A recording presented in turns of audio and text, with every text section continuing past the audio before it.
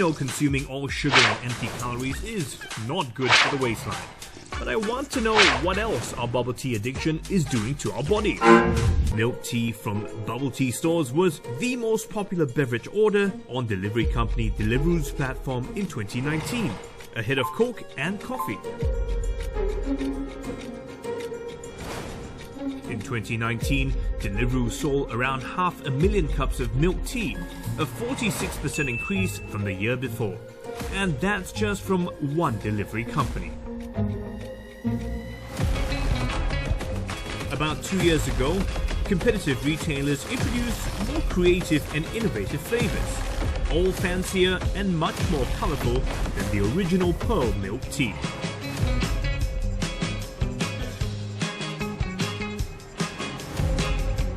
Now I see flavors like milk foam alasan and oolong tea topped off with creamy milk, mango matcha latte, a blend of mango puree with green tea and milk, creme brulee strawberry latte, a combination of the French dessert with strawberry, and strawberry taro latte, a sweet mix of taro milk with strawberry pieces.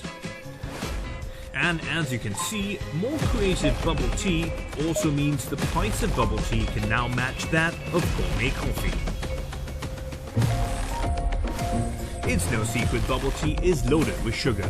A cup of milk tea with pearls typically contains 8 teaspoons of sugar. That's 2 teaspoons or 33% more than the daily recommendation from the World Health Organization for both adults and children. A cup of brown sugar pearl milk tea contains even more sugar, about 18.5 teaspoons. That is 3 times the daily sugar recommendation from the WHO. And let's not forget the calories. A medium-sized cup of milk tea with pearls contains 355 calories. That's about 1/5 of the recommended daily calories for a healthy adult. The tapioca pearls, which seems to be the favorite among fans, make up 1/3 of the 355 calories. Earlier, I sent some bubble tea samples to Wing Wai. He's a food scientist, which means that he analyzes the composition of food products to determine their chemical properties and to make sure they're safe. This time, I'm asking him to dissect our favorite bubble tea. So what is in our bubble tea that makes us crave it so much?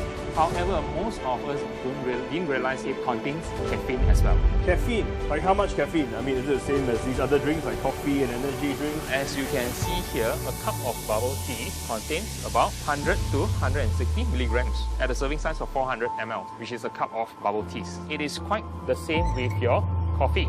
For a single servings of about 250 ml, you have about 30 to 160 milligrams. Whereas for energy drinks, it's about 40 to 250 milligrams. And you will see carbonated drinks or caffeinated drinks, we have a range of 35 to 70 milligrams.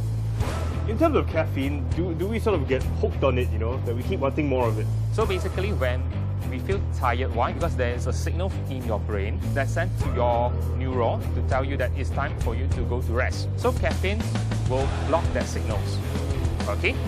So however, when the caffeine effects wear off, so you'll feel tired and they will start to have what? Crave for more caffeine so that you stay alert in this case. So that's why people will start to develop dependency on caffeine. So that's how it works. That's how it keeps pulling you back in. Yes. But is it bad to have too much caffeine? Of course, definitely. Because if you have too much, then there will have caused other effects like hypertension, headache, dehydration, and sometimes you will have elevated heartbeats as well as your high blood pressure. But this effect is very individuals. Those that are more sensitive will be like pregnant women and elderly, children, and those that has a history of heart attack. What I'm surprised about is the fact that usually we don't want our kids to start drinking coffee until, I don't know, they're 15 or at least 18 years old, right? But yet, we're okay with them drinking bubble tea. Beyond that, caffeine also has a lot of problems with it with young children. If you have it too late, if they excrete it a bit more slowly, you may cause them to be anxious, they may have issues with sleeping, you get insomnia and all the attendant problems with insomnia, daytime somnolence, for example, for the kids. So would you say there's an age where it's okay or not okay to have bubble tea? I'd say generally primary school age probably is still something I would avoid bubble tea for most kids. The reason is because they're still growing. The toxic dose of caffeine is actually about 20 milligrams per kilogram. For the average 25 kilo kid in the lower primary, for example, that would be equivalent to just 5 cups of bubble tea, and that is quite easily achievable if no one's really watching it. We know quite a few kids also, students would drink bubble tea when they're studying for the exams. So if they need that little bit of that buzz, knowing what you're drinking is very important.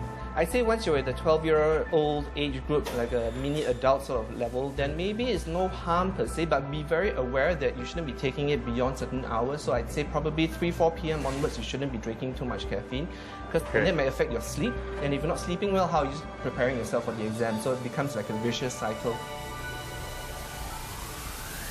I've learned that our love or our addiction to bubble tea boils down to not just clever marketing, but also the stuff that's inside the drink. And I'm not just talking about the sugar, but also the caffeine levels, which can be as much as your regular cup of coffee, and even more than a can of soft drink. Wow, that's definitely something to think about, especially if you have kids who love bubble tea. Lower sugar and calorie alternatives are already being sold by bubble tea stores, and many of these involve substituting the one thing that makes bubble tea. Yep, it's those chewy tapioca pearls. These days you can opt for aloe vera gel, which is low in calorie and high in fiber, ayu jelly, a low-carbohydrate, low-calorie substitute made from the seeds of a fig species. Grass jelly, from boiling the stalks and leaves of the Chinese Misona plant and packing only about 1/3 of the calories of tapioca pearls per serving. And even red bean, high in both vitamins and fiber. But none of these substitutes offer the same chewy mouthfeel as tapioca pearls.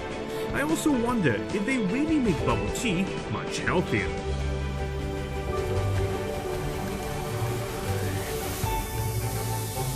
I'm close to giving up my search for that elusive cup of healthy bubble tea, until I came across some interesting news. I may have found what I've been looking for. This company claims to have developed tapioca pearls that are suitable for even diabetics. It says here it's a partnership between Australia's Hollister Caltech and Malaysia's Sunfresh Fruit Hub. The key thing is that their bubble tea is made with healthier, low glycemic index ingredients. I wonder what that means.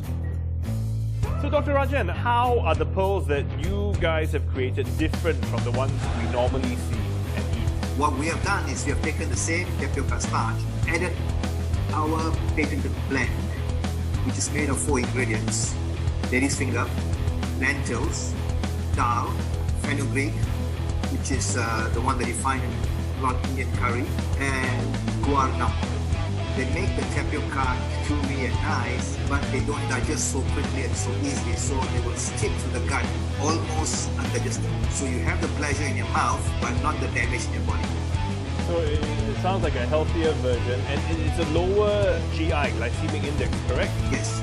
The glycemic index is a way in which we measure the rate at which your blood sugar will rise after you eat party or sugar food. So if it rises very fast, the body can't cope with that, and then excess sugar is stored, normally as fat.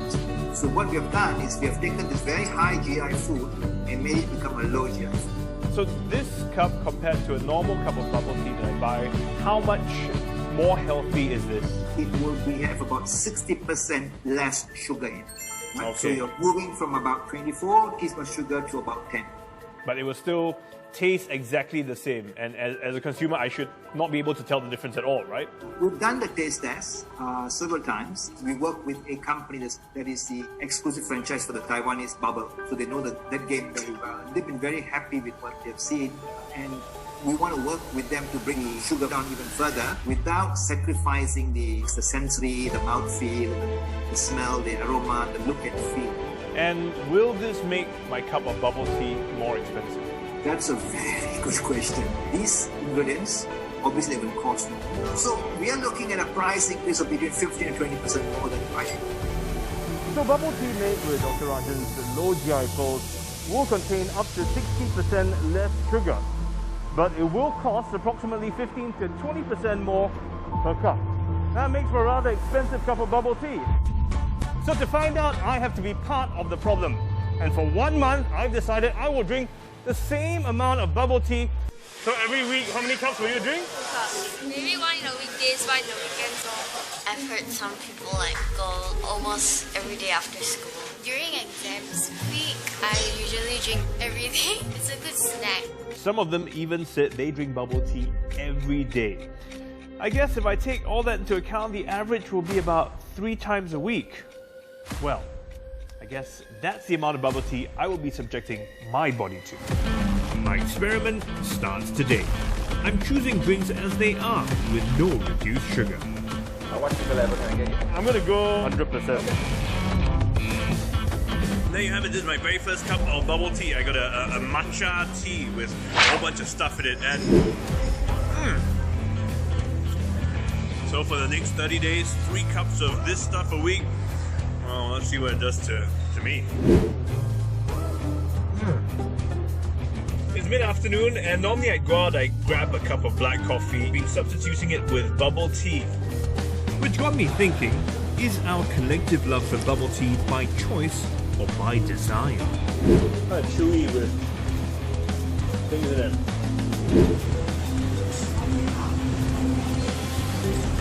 Ooh, that sugar high always hits me in the first sip. It finally begins to make sense to me why I have been feeling the way I have in the past 2 weeks. Feeling overstimulated, then crashing and feeling more tired than usual. Alright, I think I'm just wrapping up my 3rd cup of bubble tea for the week. And you know what? It's been a bit of a struggle. The last half of this drink has just been painful. I'm feeling just a little bit more, I guess, lethargic on a day-to-day basis. I'm not sure if it's a tea or if it's just me. Ever since I started drinking bubble tea, I've noticed that, yeah, I've kind of been feeling not as energetic as I used to be. I'm not sure if it's a bubble tea or if it's just me. This is probably drink number 10. So I thought I'll try something different. A new drink with even some kind of biscuit on top of it. So, as they say, same but different. You know, just irritable in general. And I'm wondering if it might be because of the sugar or the caffeine. It will take 6 to 9 months before bubble tea lovers here have access to low GI bubble tea. Meanwhile, I've finally come to the end of my bubble tea challenge, drinking 3 cups of the sweetened beverage every week for an entire month. I have been conscious of consuming all those extra calories and continue to exercise regularly, but I'm still anxious about the possibility that could have affected my health. So I finally picked up my final cup of bubble tea. You know what? I'm just so tired of drinking this drink.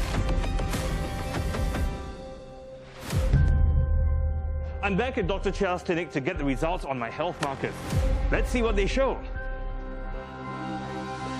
Basically, a couple of changes. Let's go straight. 3 major things. First of all, you gain weight. Oh.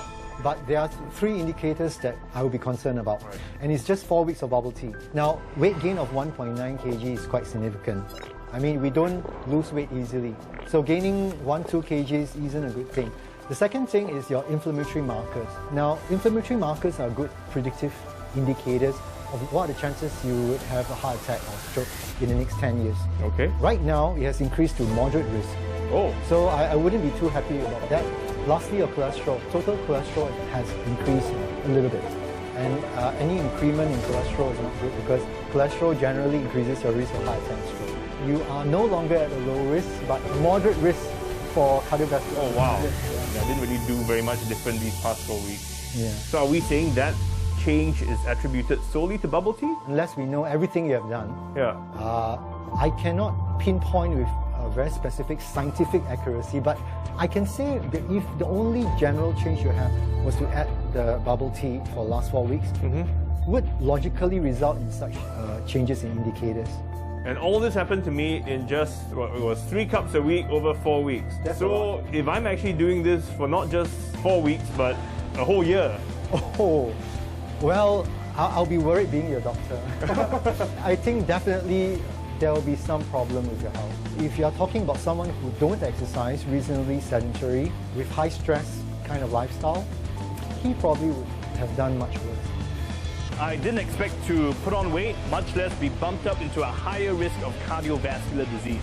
So I am a little bit concerned about that, which clearly means no more bubble tea for me.